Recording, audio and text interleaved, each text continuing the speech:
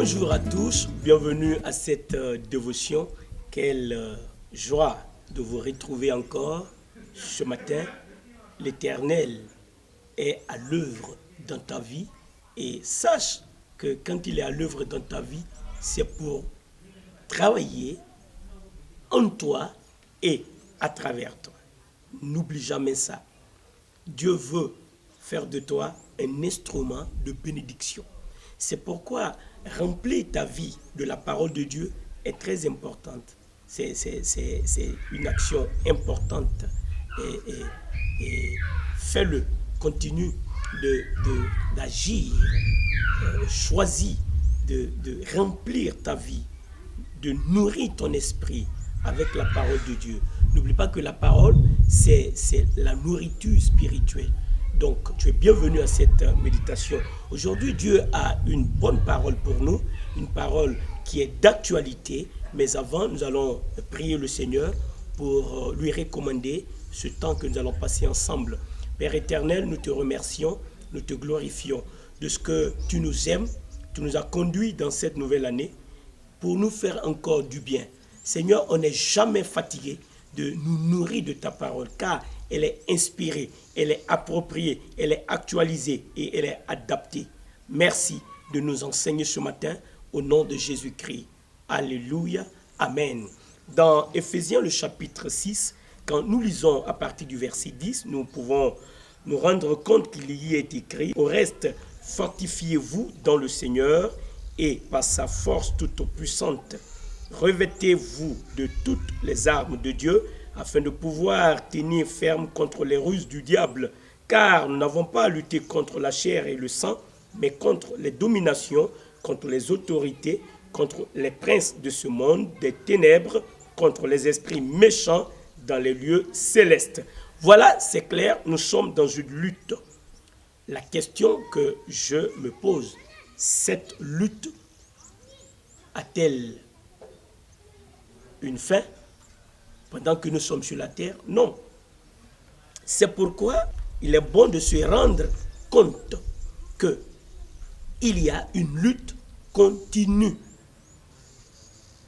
Savoir ça change toute notre façon de voir, de vivre même et de penser.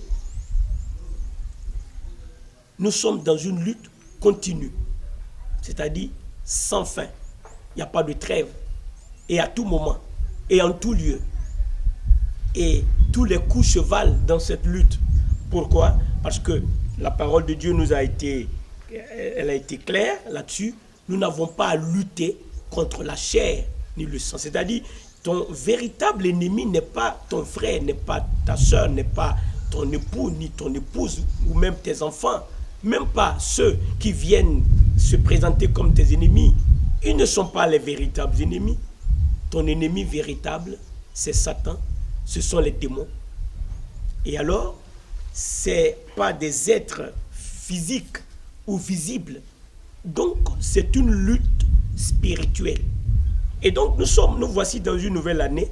Mais écoute, c'est vrai, on s'est souhaité les vœux, les meilleurs, mais la pratique commence. Et comment tu vas continuer dans cette pratique? Rends-toi compte que la lutte est engagée et elle est continue. C'est pour cela que je t'invite dans Deutéronome, le chapitre 20, pour que tu puisses te rendre compte de ce que Dieu a établi comme loi quant à la guerre, quant à la lutte.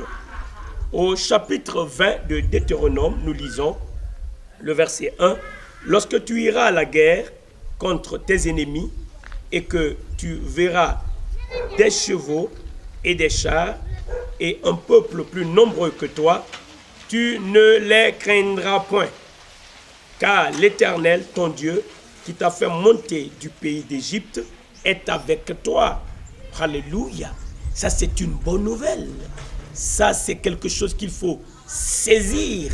C'est quelque chose qu'il faut retenir et méditer cela jour après jour. Écoute ceci. Cela nous donne une grande révélation au sujet de la lutte et au sujet du combat que nous menons. Lorsque tu iras à la guerre contre tes ennemis et que tu verras voir, tu vois, la parole de Dieu a été claire. Le combat n'est pas physique. Alors c'est vrai, c'est un combat qui est spirituel. Mais on a tendance en tant qu'être humain à nous focaliser sur ce que nos yeux voient, sur ce que nos sens nous donnent comme connaissance. Et dans la plupart des cas, ou dans même tous les cas, que nous focalisons nos regards et notre attention sur ce que les sens nous envoient comme connaissance, comme information, nous tombons dans ce piège de la peur, de la frayeur. Et le Seigneur nous attire l'attention là-dessus. Il dit, lorsque tu verras des chevaux et des chars et un peuple plus nombreux que toi, tu ne les craindras point. Alors, dans ce combat spirituel, dans cette lutte continue, nous devons apprendre. Et tu sais, c'est un exercice spirituel. Ce n'est pas facile. Le dire, ça paraît facile, mais la mise en application demande de la détermination. Choisir de bannir la crainte. Alors tu vois, dans l'année, il y a 365 jours. Et 365 fois dans la Bible, il est écrit « ne crains pas ». C'est important que nous saisissions cela. Et il nous donne les raisons.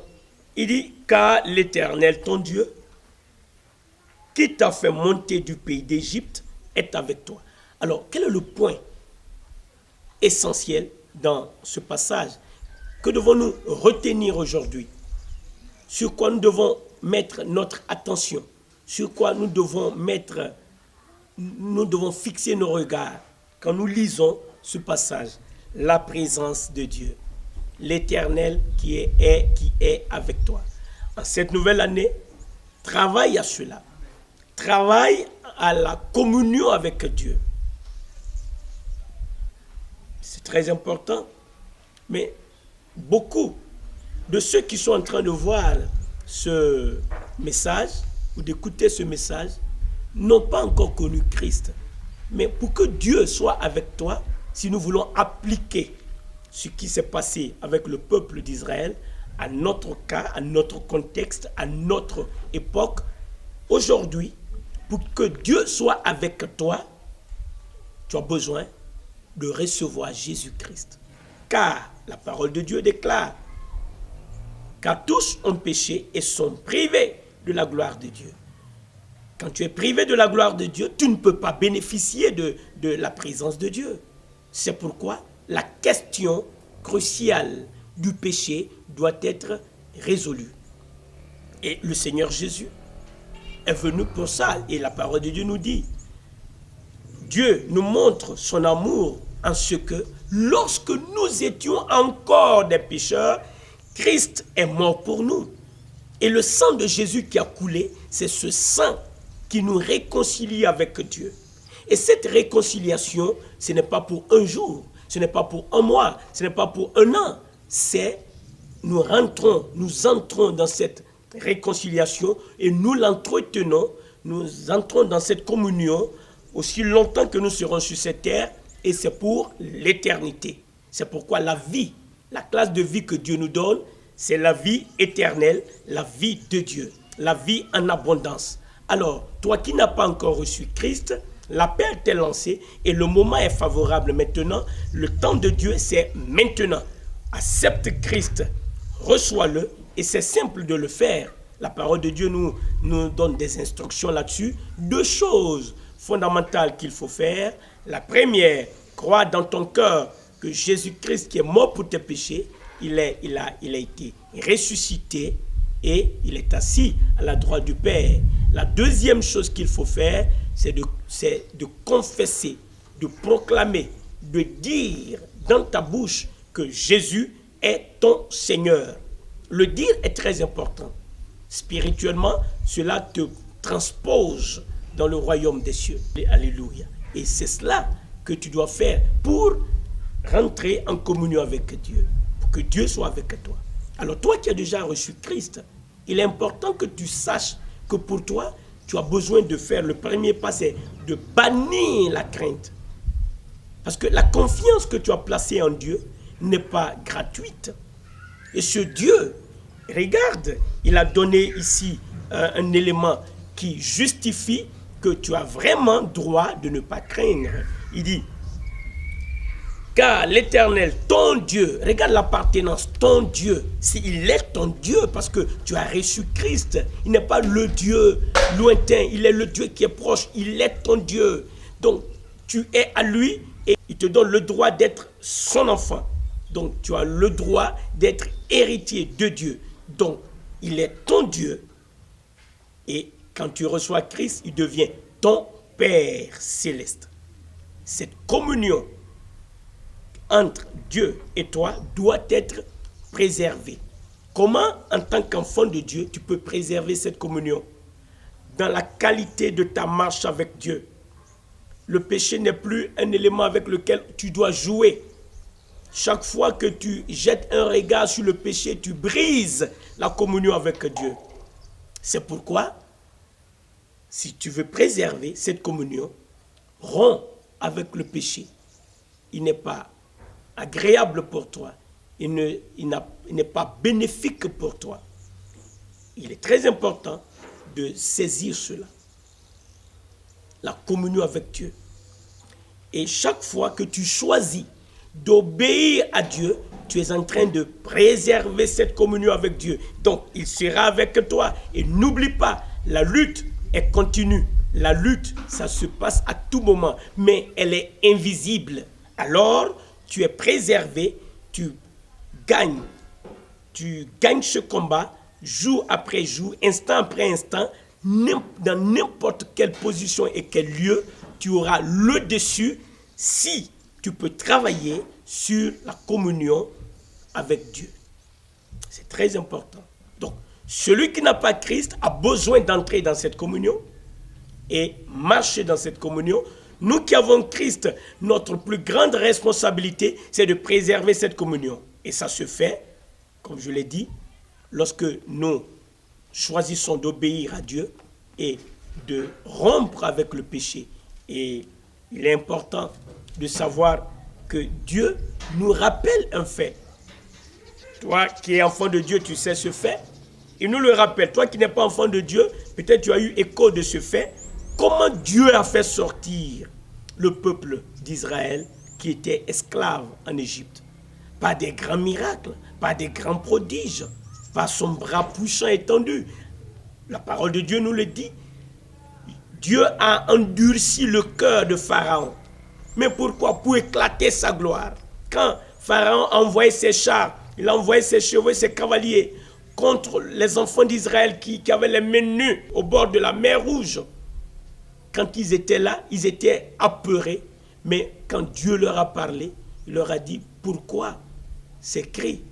Dis-leur de garder le silence et d'observer comment je vais les délivrer aujourd'hui. Dieu a opéré un grand miracle. Par un simple bâton levé, il y a eu un miracle, une rafale, un grand vent, et la mer Rouge s'est séparée en deux. Le peuple, cette multitude, est passée à sec. Mais lorsque les Égyptiens sont rentrés dans la mer à leur poursuite, l'Éternel a envoyé son ange. Il a commencé à enlever les roues des chars et ils ont compris, l'ennemi a compris que l'Éternel était en train de combattre pour les enfants d'Israël. Alors, ils ont lancé le cri de retourner, de rebrousser chemin. Mais Dieu ne leur a pas donné le temps de sortir. Au moment où ils voulaient retourner, la mer a repris son lit et l'eau les a engloutis. Imagine-toi l'eau de mer qui est salée, qui renferme, qui engloutit une personne. C'était une mort certaine. Dieu a fait cela. Alors, il rappelle cela à la mémoire des enfants d'Israël. Et pour nous, lire ça, c'est aussi un bon souvenir de savoir ce que Dieu est capable de faire. Aujourd'hui, si tu entends ces paroles, souviens-toi que tu es en guerre, mais la victoire est possible. Et la victoire continue est possible. C'est pourquoi tu ne vas pas t'arrêter sur ce que tu vois, sur les idées, sur les pensées, mais tu as besoin de te hisser au niveau des enfants de Dieu, d'être dans la famille de Dieu d'abord si tu ne l'es pas, et quand tu y es, de savoir que la communion avec Dieu est importante et capitale pour garantir ta victoire.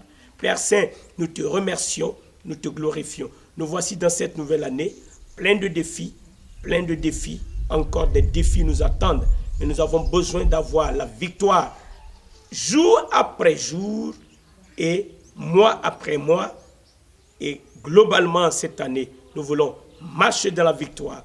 Nous ne savons pas ce qui nous attend, mais tu nous prépares à les affronter. C'est pourquoi nous te remercions pour cette bonne parole que tu nous donnes, ce beau conseil que tu nous donnes. Merci pour ta présence.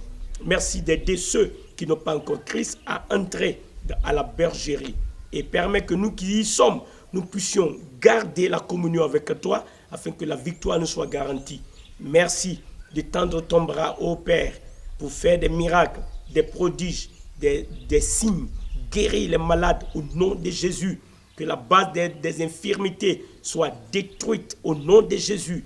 Pourvoir nos besoins comme tu l'as toujours fait. Nous nous attendons à toi. Car si toi tu ne pourvois pas, nul autre le fera. Et c'est toi notre pourvoyeur. Nous te louons, nous te glorifions dans le nom de Jésus. Amen. Que Dieu te bénisse.